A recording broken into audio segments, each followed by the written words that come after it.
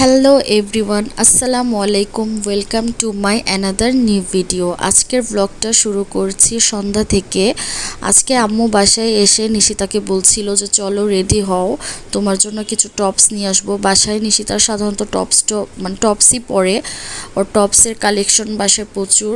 So এখন যে সামারের season চলছে তাই আম্মু নিশিতাকে নিয়ে চলে গিয়েছিল একটু বাইরে নিশিতার জন্য টপস এবং কিছু টুকটাক জিনিসপত্র কেনাকাটা করার জন্য।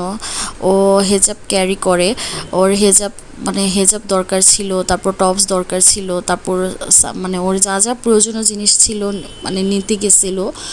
এখানেও অনেক কিছুই দেখছিল। আমি ওকে বলেই দিয়েছিলাম বাসা থেকে আমারও যাওয়ার কথা ছিল, বাট নুজাইফার জন্য বাসায় কাকে রেখে যাবো এর জন্য আমি বের হই নেই।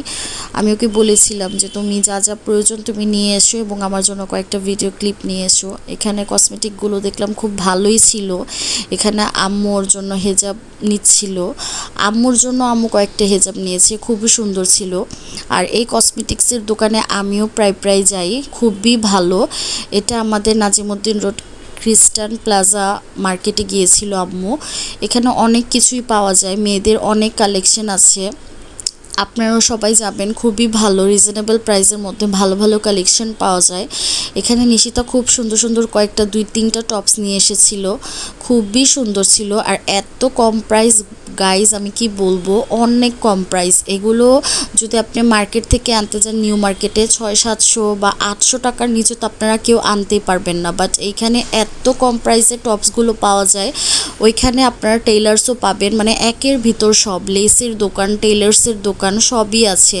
গজ কাপড়ের কালেকশনগুলো অনেক সুন্দর। সেখান থেকে আম্মু নিশিতাকে তারপর নুজাইফাকে গজ কাপড় দিয়ে গজ কাপড় কিনে জামা বানিয়ে দিয়েছিল, অনেক সুন্দর ছিল। এখানে নিশিতা আজকে ফার্স্ট টাইম গেছে আম্মুর সাথে, আমি অনেকবার চলে গেছিলাম। নিশিতা যে অনেক কিছু শপিং করছে, প্লাস অনেকগুলো লিপস্টিকের শেডও নিয়ে আসছিল আমার জন্য, অনেক সুন্দর ছিল। এখানে বাসায় এসে নিশিতা দেখছে আমি রান্নাবান্না স্টার্ট করে দিছি। আজকে গরুর কলিজা দিয়ে, আমি ফ্যাপসা কলিজা দিয়ে অ্যাকচুয়ালি বুটের ডাল রান্না করেছিলাম। এটা তাড়াতাড়ি খুব শর্টকাট ওয়েতে রান্না করছিলাম, বিকজ আজকে আমাদের আর্জেন্টিনার ম্যাচ। আমি চাচ্ছিলাম তাড়াতাড়ি সব কাজ আমি রাত্রের মধ্যে শেষ করতে, কমপ্লিট করতে, যেহেতু লেট নাইট এখন ঘুমাতে হয়। প্লাস দুজেফ একটু ডিস্টার্ব করে, সকালে উঠে আমি কাজ তেমন করতেই পারি না। আমার এত দিনটা কি বলবো, বিজি দিন যায় আমার, এক এক সময় লেজি দিন যায়, এক সময় বিজি দিন যায়। এখানে আমি সব কিছু সব মশলা দিয়ে সব কিছু কষায় নিচ্ছিলাম। কষাতে দেখা যাচ্ছে যে তরকারিটা আমার প্রায় হয়ে আসছিল। আমি ফ্যাপসা কলিজাগুলো আগে থেকেই সিদ্ধ করে রেখে দিয়েছিলাম, পরিষ্কার করে রেখেছিলাম। তাড়াতাড়ি ঝটপট ওয়েতে আমি রান্না করার চেষ্টা করছিলাম। এখানে ওইদিকে নুজাইফাকে নিশিতা হয়তো নাস্তা খাওয়াচ্ছিল।